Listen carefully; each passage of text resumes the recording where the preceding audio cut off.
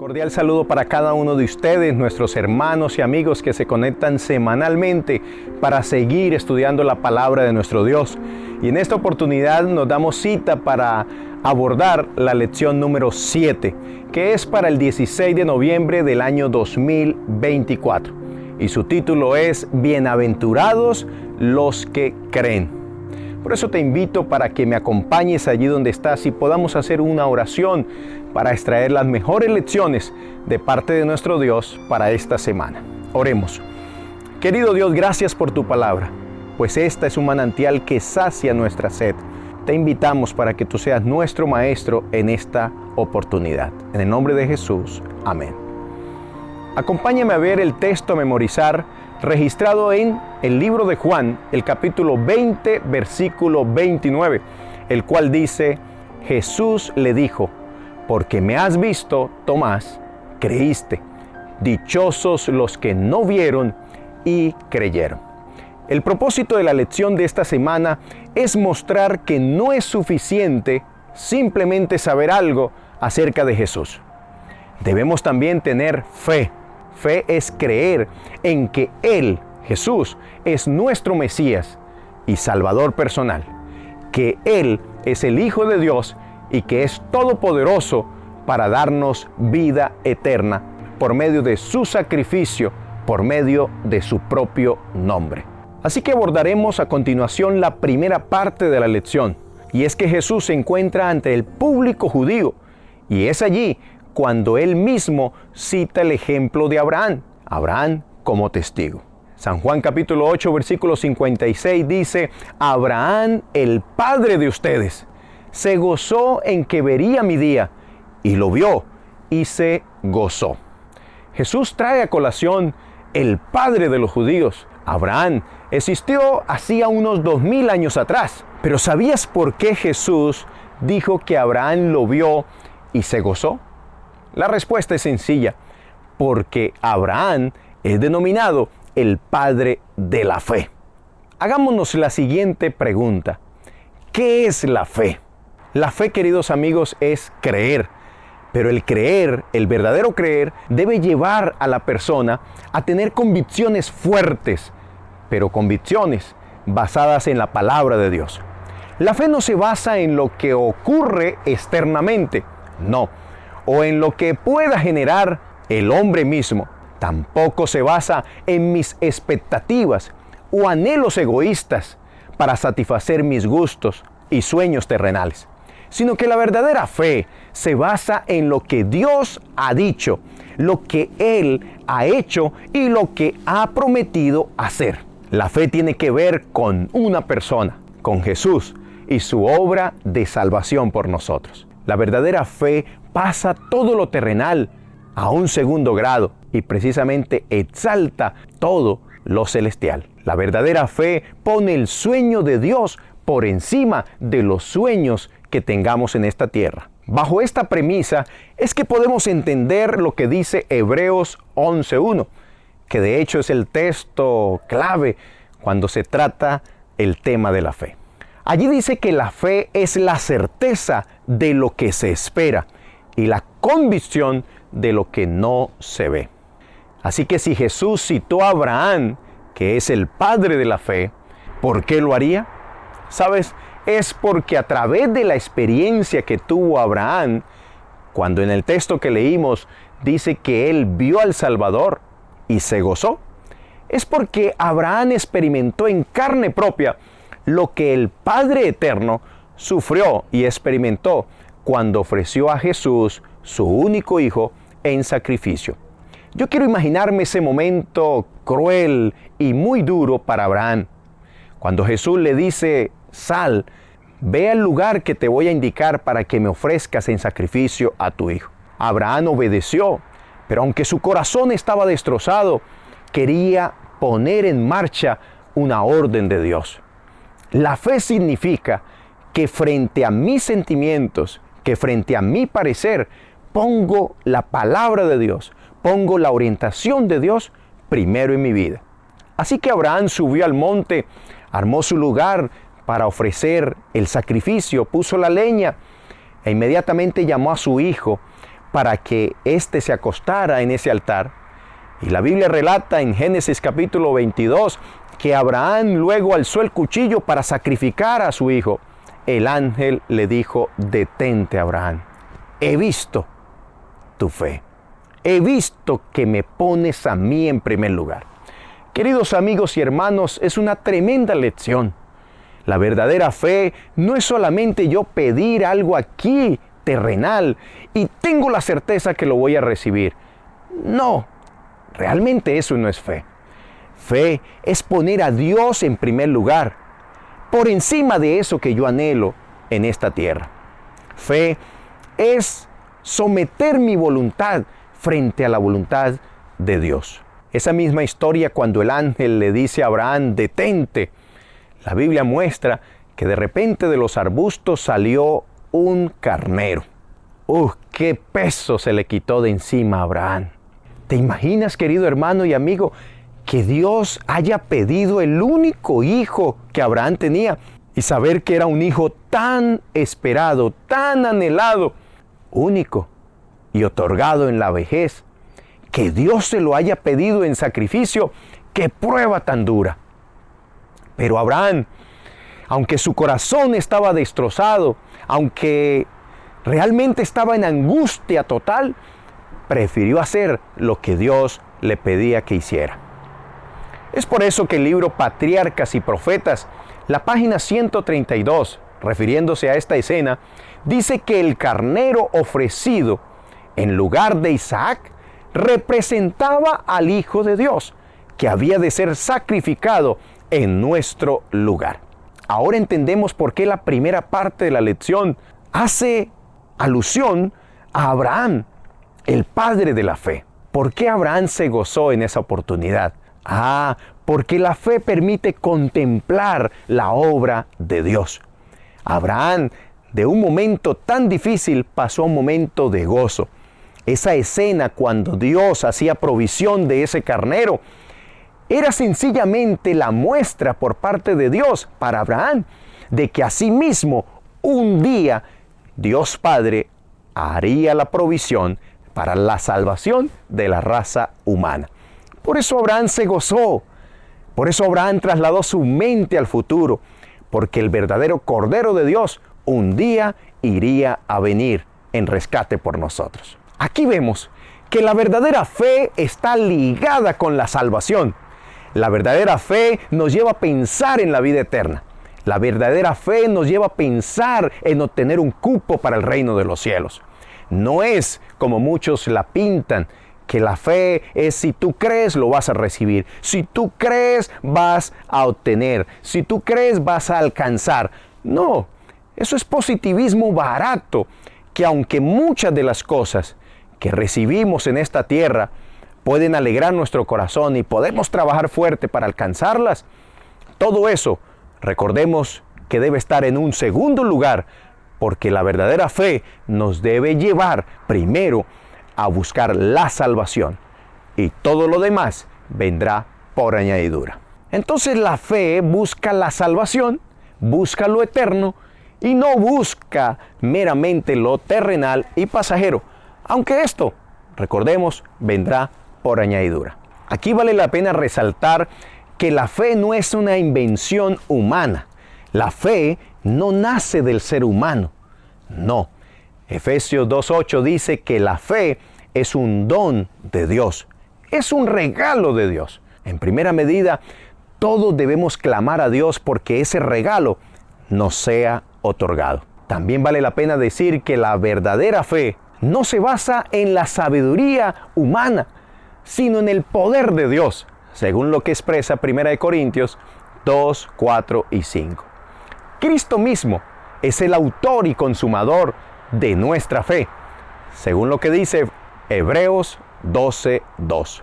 El Espíritu y la palabra trabajan juntos. Ningún hombre puede crear fe o inventar fe o proporcionarse a sí mismo fe. No, el Espíritu es quien, operando e iluminando la mente humana e inundando el corazón del ser humano, es Él el que crea en nosotros la fe que proviene de Dios. En las Escrituras se afirma que la fe es el don de Dios, que Él es poderoso para la salvación, tan poderoso que ilumina los corazones de los que le buscan y lo hacen de verdad con todo el alma. De aquellos que buscan la verdad como un tesoro escondido. De aquellos que viven en esta tierra, pero pensando y vislumbrando como Abraham el reino de los cielos. Por lo tanto, la fe, según la palabra de Dios, no se basa entonces en el conocimiento que pueda obtener el ser humano. No, la fe misma es el fundamento del conocimiento. Es por eso que Hebreos 11:3 dice que por la fe entendemos que los mundos fueron formados por la palabra de Dios. Queridos hermanos, la fe es la base para discernir entre la verdad y el error. Y ese discernimiento debe ir en aumento. Pero Dios nos pide que nosotros podamos crecer cada día más en la fe, en creer la obra salvífica que Dios tiene para nosotros. Por eso Romanos 10:17 dice que la fe es por el oír y oír la palabra de Dios. En otras palabras, quien tiene verdadera fe y su fe va aumentando es porque también aumenta su nivel de estudio de la Biblia. Es porque aumenta el interés de la persona, menos en lo terrenal y más en lo celestial. Menos comunión con lo que ofrece el mundo y más comunión con el Padre a través de la oración, a través del estudio de la Biblia, a través de esa comunión íntima con Él. La certeza y evidencia de la fe es la palabra de Dios. Por eso 1 Corintios 5:7 dice que caminamos por fe, no por vista. Ahí está lo contundente de esta parte de la lección. El ser humano tiene dos opciones: vivir su vida solamente fijándose en lo que hay terrenalmente hablando, y vivir la vida primero colocando su vista en el reino de los cielos, y todo lo demás vendrá por añadidura. Pero es aquí donde surge un grave problema, y es que la verdadera fe tiene un enemigo, y ese enemigo se llama la duda. También vale la pena decir que el originador de la fe es Dios, pero el originador de la duda es Satanás. En la Biblia hay varios ejemplos de ello. Pasemos por ejemplo al libro de Génesis. Eva es el primer ejemplo de alguien que fue tentado a vacilar de su lealtad a la palabra de Dios. ¿En qué se basaría Eva para tomar la decisión de acercarse al árbol prohibido? Aquel árbol que Dios le había dicho, ni te acerques ni lo toques. Pues bien, notamos allí en el relato del Génesis que Satanás la puso a dudar. Y la pone a dudar con esa pregunta, ¿con qué Dios os ha dicho? Entonces es allí cuando se cuestiona la validez de la palabra de Dios. ¿Ven por dónde comienza todo? Cuando usted y yo empezamos a cuestionar la validez, la veracidad de la palabra de Dios, es allí donde la fe empieza a disminuir. Pero cuando usted y yo ponemos la palabra de Dios en primer lugar, la duda es ahuyentada. En el caso de Eva, cuando Satanás la pone a dudar, es allí donde se anexa otro enemigo, y es intentar probar todo. Así que reunió Satanás las pruebas. Se empezaron a poner como parámetros nuestros sentidos. Eva observó que la fruta era buena para comer, tenía buena apariencia.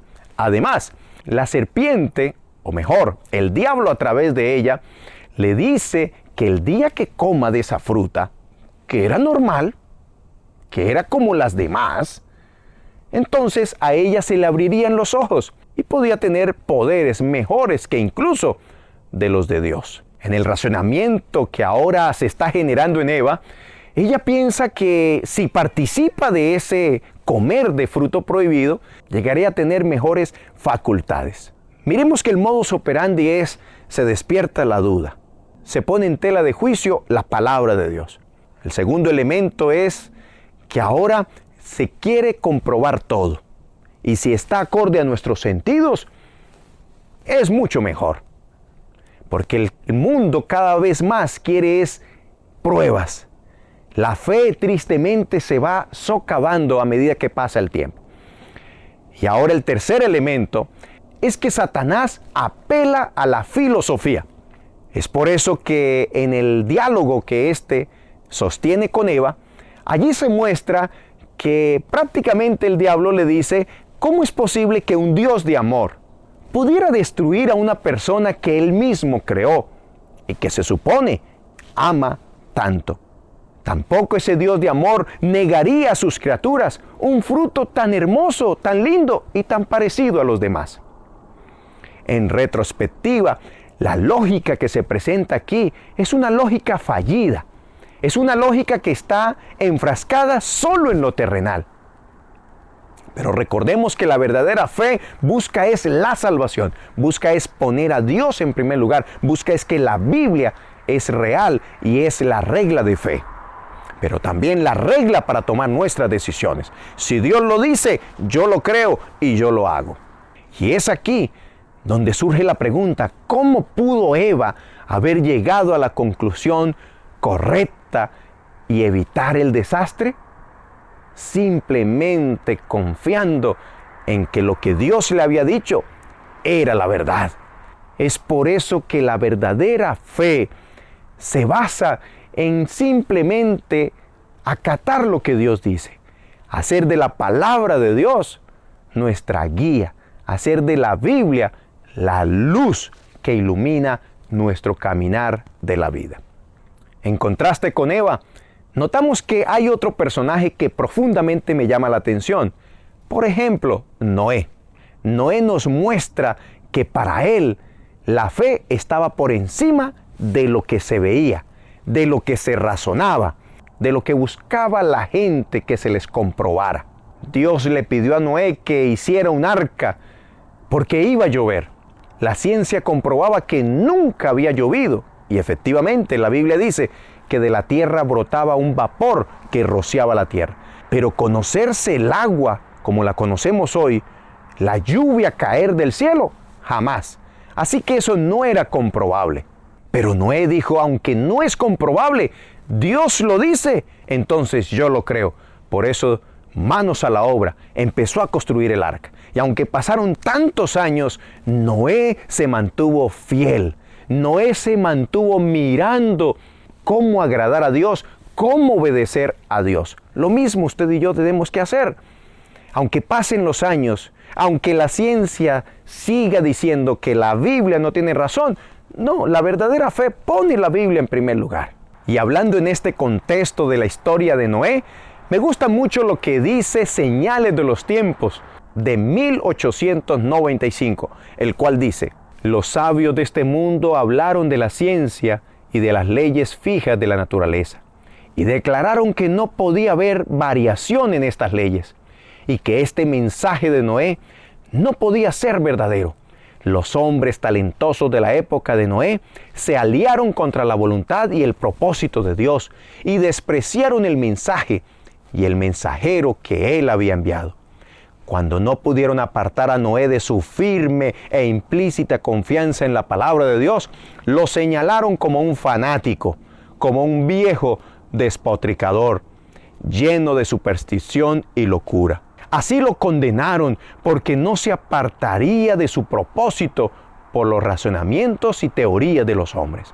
Era cierto que Noé no podía controvertir sus filosofías ni refutar las afirmaciones de la así llamada ciencia, pero podía proclamar la palabra de Dios porque sabía que contenía la infinita sabiduría del Creador, y como la hacía sonar en todas partes, no perdía nada de su fuerza y realidad porque los hombres del mundo lo trataban con burla y desprecio. Aquí vemos, queridos hermanos y amigos, en el ejemplo de Noé, pero también en el ejemplo de Abraham, que la fe es sencillamente poner a Dios en primer lugar, dejarnos guiar por su palabra. Y aunque la gente, e incluso gente de ciencia, diga lo contrario a la palabra de Dios, la verdadera fe nos mantiene firmes y nos mantiene perseverando en lo que Dios ha dicho. Ahora pasemos a la segunda parte de la lección de esta semana. En esta segunda parte se muestra que la verdadera fe lleva a dar lo mejor para Jesús. Sí, por eso menciona la lección el caso de María Magdalena. Derrama un costoso perfume a los pies del Salvador. Este nardo puro equivalía al salario de un año de trabajo para una persona. A María no le importó el precio, sino que le importaba la ocasión de expresar la gratitud a Cristo. Gratitud por haberle perdonado sus pecados, pero también gratitud por haber resucitado a su hermano Lázaro. Pero allí encontramos en la misma escena, ¡qué contraste! Mientras María Magdalena está agradecida, haciendo lo que hizo, derramando ese perfume de nardo puro, encontramos la otra cara de la moneda, a Judas. Judas vio la misma escena, el mismo acto, lo vio como una expresión de derroche. Que mejor era haber gastado ese dinero con el que se compró ese perfume, debió haberse gastado ayudando a los pobres. ¿Sabes qué nos debe enseñar esta escena, pero con estos contrastes? Mientras una persona está altamente agradecida, la otra ve como si fuera un derroche. María representa a los que ponen a Dios en primer lugar en su vida. A ella no le importó el derroche del que se refería Judas. A ella no le importó el olor que emanaba y que todos se enteraran. No, a ella le importaba, era lo que pensara Jesús. Así que en primer lugar están los que son representados a través de ella. Los que dan sin darle lugar al materialismo. Los que dan para Dios, los que se desgastan para Dios, los que ayudan para que la obra de Dios progrese. Los que piensan en que lleguen las almas a los pies de Cristo, sin importar lo que tenga que gastarse, lo que tenga que invertirse. Aquellos que el materialismo pasa a un segundo plano y lo espiritual es primero. En cambio, quienes están representados por Judas son aquellos cristianos que aún no le dan lo mejor a Jesús y pretendiendo que con acciones e intenciones buenas, como la que Judas presentó en esta escena, pueden agradar a Dios. Pero no nos equivoquemos, Dios conoce el corazón. Dios sabía que lo que expresaba Judas era sencillamente una excusa de un corazón egoísta. La expresión de Judas no era una expresión noble, no, era sencillamente una expresión de su corazón egoísta. Él quería, era el dinero. Por eso incluso terminó vendiendo a Jesús. Su corazón estaba en lo material, en lo pasajero de esta tierra. Mientras el corazón de María Magdalena era en Jesús. Por eso el deseado de todas las gentes narra esta escena de una manera sorprendente, refiriéndose a lo siguiente. El don fragante que María había pensado prodigar al cuerpo muerto del Salvador, lo derramó sobre él en vida. En el entierro, su dulzura solo hubiera llenado la tumba, pero ahora llenó su corazón con la seguridad de su fe y de su amor. José de Arimatea y Nicodemo no ofrecieron su don de amor a Jesús durante su vida. Con lágrimas amargas trajeron sus costosas especies para su cuerpo rígido e inconsciente. Las mujeres que llevaron sustancias aromáticas a la tumba hallaron que su diligencia era vana, porque Él había resucitado. Pero María, sí, María Magdalena, al derramar su ofrenda sobre el Salvador, mientras Él era consciente de su devoción, lo ungió para la sepultura. Y cuando Él penetró en las tinieblas de su gran prueba, llevó consigo el recuerdo de ese acto, un anticipo del amor que le tributarían para siempre los que Él redimiera. Qué tremendo esto, mis hermanos y amigos. Este párrafo nos muestra que hubo personas que le dieron a Jesús varias cosas, pero se las dieron habiendo muerto. Pero María fue la única persona que en vida le dio ese presente a Jesús. La gran pregunta que surge es, ¿qué estás haciendo por Él? ¿Qué le estás dando a Dios?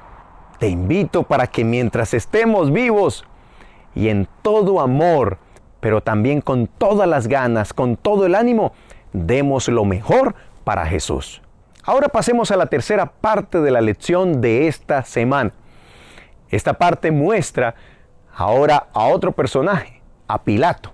Pilato representa a todos los que Dios llama, pero llama insistentemente para salvación. Pero por temor a la presión de grupo, por temor o miedo al qué dirán, o el miedo a sufrir consecuencias con seres humanos, a sufrir pérdida de cargo, pérdida de cosas materiales, prefieren dejar las cosas celestiales a un lado. Prefieren dejar a Dios en segundo lugar. Y es que hay personas que por comentarios o por no quererse sentirse rechazados de la gente o de algún grupo, prefieren aceptar en el corazón, sí, verdades de la palabra de Dios. No niegan el plan de la salvación, pero realmente sus actos, sus decisiones y lo que muestran ante el mundo declaran culpable de muerte a Jesús en sus propias vidas. Es una triste realidad, hermanos y amigos. Muchas personas creen en la palabra de Dios, muchas personas creen en el sacrificio de Jesús, pero la verdadera fe, que es creer en la palabra de Dios, debe llevar a la acción, debe llevar a manifestar en nuestra propia vida, pero también con nuestros actos, nuestras palabras, nuestras decisiones, que de verdad Jesús es el Mesías, que Jesús es mi Salvador. Nada de lo terrenal debe ocupar el lugar de Dios. Pero hay muchas personas que algo de lo terrenal ocupa el lugar que le corresponde al Señor. Así que Pilato era consciente que Jesús era inocente, pero prefirió declararlo culpable y por temor al rechazo del pueblo, pues él era el gobernador. Esta parte de la lección muestra que nadie puede servir a dos señores. Pilato quiso servir a dos señores. Sí, inocente Jesús, pero culpable ante el pueblo. Pues cuando servimos a dos señores, finalmente uno será despreciado y el otro será aceptado. Y en muchas ocasiones durante el juicio que le hicieron a Jesús, Pilato tuvo oportunidades de aceptar a Cristo como el divino Hijo de Dios, como el Mesías. Y es que, queridos hermanos y amigos, si vemos a Pilato y nos concentramos en él fue un personaje central en todo el drama, en el momento cúspide del sacrificio de Jesús a nuestro favor y para salvación nuestra. Pongámonos en los zapatos o en las sandalias de Pilato. En muchas ocasiones, durante ese proceso de juicio hacia Jesús, él tuvo oportunidades de aceptar a Cristo como el divino Hijo de Dios, como el Salvador. Pero ya sabemos cómo finalmente obró. Sin embargo, estas oportunidades que Pilato tuvo, de alguna manera, son testimonio que muestran que él, siendo una persona imparcial, termina dando testimonio de quién era Jesús. Y este testimonio proporcionaría ideas muy importantes. En cierto sentido, Pilato era un observador imparcial, que se vio atrapado en un momento de intriga política judía. Y Pilato no veía salida. Por supuesto, los judíos intentaban constantemente socavar el dominio romano. Así que tenía que tener cuidado Pilato para no quedar atrapado en un lado equivocado. Si trataba a Jesús de una manera que pareciera que estaba apoyando un intento judío en su rebelión, estaría también en problemas. Por otro lado, también miramos que Pilato, el trabajo de él era mantener la paz y la justicia en todo el Estado judío. No podía ejecutar a alguien solo porque se ajustaba a los prejuicios de los gobernantes judíos. Así que Pilato, en graves problemas, ¿qué debía decidir? Por supuesto, debía decidir, era por Jesús, pero no lo hizo. Hoy en día muchas personas quizás somos representados por Pilato. Y es que cuando estamos en graves problemas, cuando preferimos conservar la paz, pero esto representa cavar la palabra de Dios, ahí estamos en graves problemas. Porque en toda circunstancia y en todo momento debe demostrarse que la palabra de Dios, que Dios mismo está en primer lugar en nuestra vida. Recordemos que Jesús fue juzgado por Anás y Caifás. Fue llevado entonces ante Pilato. Pilato era el gobernador romano. Al principio Pilato quiso dar sentencia al acusado y despachar el caso de inmediato, pero se intrigó con el prisionero. Pero algo de la mirada de Jesús lo cautivó. Entonces Pilato empezó a hacerle algunas preguntas y esas preguntas terminan revelando algo muy, muy especial. Pilato hizo la pregunta acerca de qué lo acusaban. Pilato entonces pregunta al pueblo de qué acusaban a este prisionero. Los judíos respondieron esquivando la pregunta, porque no tenían razón. Según el libro de Juan, el capítulo 18, versículo 30, dice: si no fuera un malhechor, no os lo habríamos entregado. Pero Pilato quería saber qué había hecho ese hombre. Por supuesto, no había hecho nada. Pero simplemente el pueblo dice, es un malhechor. Es allí cuando Pilato reconoce que se trataba de un asunto judío e inmediatamente devolvió el caso a los líderes judíos para que ellos fueran quienes le juzgaran. Los judíos respondieron que no podían legalmente condenar a muerte a ninguna persona. Es por eso que a continuación Pilato le preguntó a Jesús si él era el rey de los judíos. Jesús aclaró de inmediato que su reino no era de este mundo, sino que debía dar testimonio de la verdad. Entonces Pilato allí le pregunta a Jesús, ¿qué es la verdad? Tristemente, la verdad la tenía al frente, estaba allí delante de él, y Pilato no se daba cuenta de ello. Y en este rechazo, más bien Pilato decide salir y dijo que no encontraba ninguna falta en él.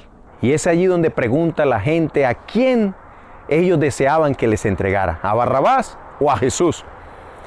Por supuesto, la multitud aclamaba que liberaran a Barrabás y que condenaran a Jesús.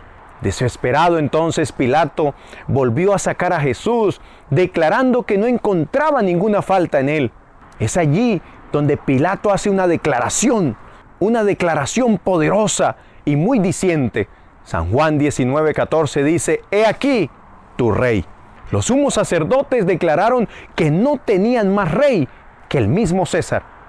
Y los soldados romanos tomaron a Jesús y lo crucificaron. Sin embargo, aquí encontramos en esa declaración de Pilato, cuando dijo que Jesús es el rey, rey de los judíos, era la oportunidad para que él lo hiciera rey, pero no quiso.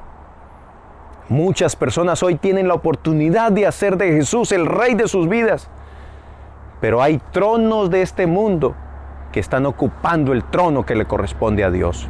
Por eso Pilato prefiere poner el título, ese título que había manifestado ante la multitud, y lo puso en 3 idiomas. Jesús de Nazaret, el rey de los judíos. Pero esto hizo que los líderes judíos intentaran cambiar la redacción de ese título. Pero Pilato declaró que lo que había escrito estaba escrito. Pero fijémonos cómo esta narración encaja en el propósito del Evangelio de Juan. Pilato, siendo un gobernador y al mismo tiempo juez romano, declara en 3 oportunidades, de 3 maneras diferentes, a favor de Cristo como rey. Y finalmente él declara que no hallaba en él ningún delito. ¿Cuántas personas dicen algo parecido o toman decisiones como Pilato? Tienen la oportunidad de reconocer al rey en sus vidas, pero no lo hacen. Qué triste. Pero Dios nos está diciendo a través de esta lección que no cometamos el mismo error de Pilato, sino que más bien aprovechemos la oportunidad para declararlo rey de nuestra vida. Y aunque finalmente Pilato despreció esa oportunidad, esas declaraciones que él expresó de rey de los judíos es para el Evangelio de Juan algo muy importante, porque aquí vemos que hay un juez romano dando testimonio de la justicia de Jesús, dando testimonio que ahí estaba el perfecto Cordero de Dios. Y es que si un solo pecado estaba en Jesús, Él no podría haber asegurado el plan de la salvación. Y es que, queridos hermanos y amigos, si Jesús hubiese tenido un solo pecado, una sola acusación que se le comprobara, entonces esto demostraría que Jesús no podría cumplir con todos los requisitos para la salvación de la raza humana. Además, la conversación que Jesús tuvo con Pilato aclaró la realeza de Jesús mismo. No era un rey terrenal, pero Él, Jesús, era el Rey celestial, que vino a esta tierra para cumplir esa función en el plan de la salvación, morir por nuestros pecados. Aunque Pilato nunca se convirtió en un seguidor de Cristo, jugó un papel muy importante en el Evangelio de Juan al declarar que no había encontrado ninguna falta en Jesús.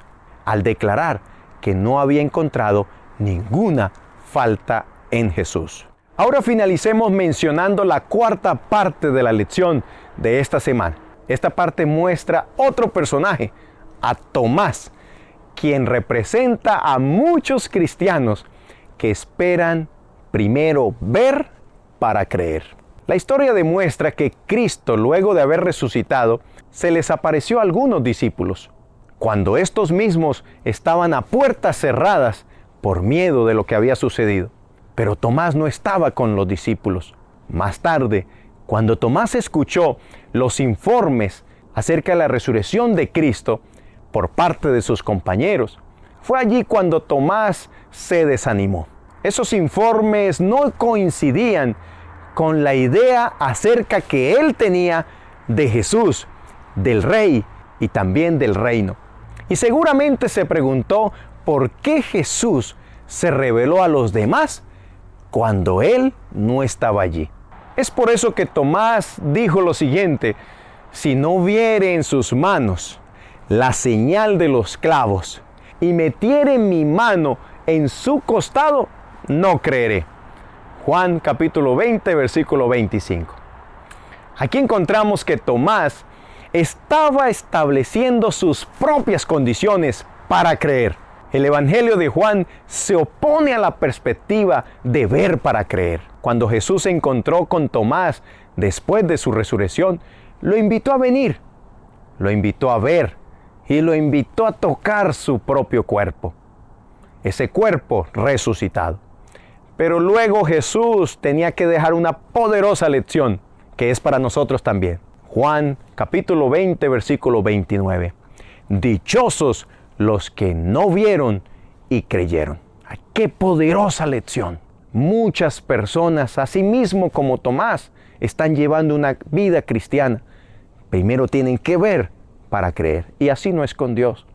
Primero tengo que creer para ver. Sin embargo, en esta escena, en este encuentro de Jesús con Tomás, El Camino a Cristo, la página 158, dice lo siguiente: Dios nunca nos exige que creamos sin darnos suficiente evidencia sobre la cual fundar nuestra fe.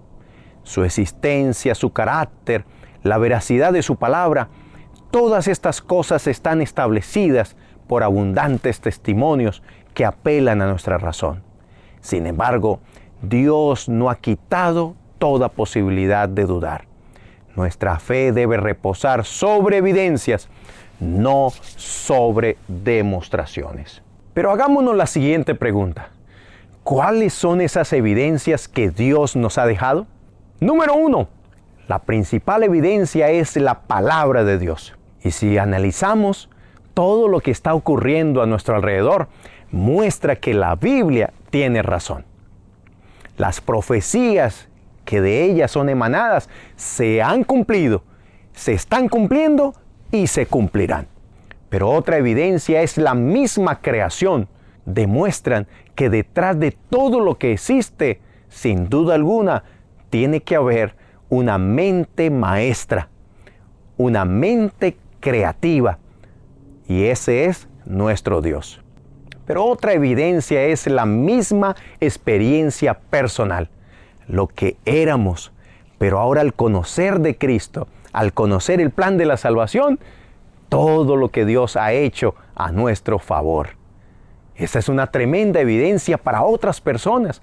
Cuando otros ven el cambio que Dios ha hecho en tu vida, ¡wow!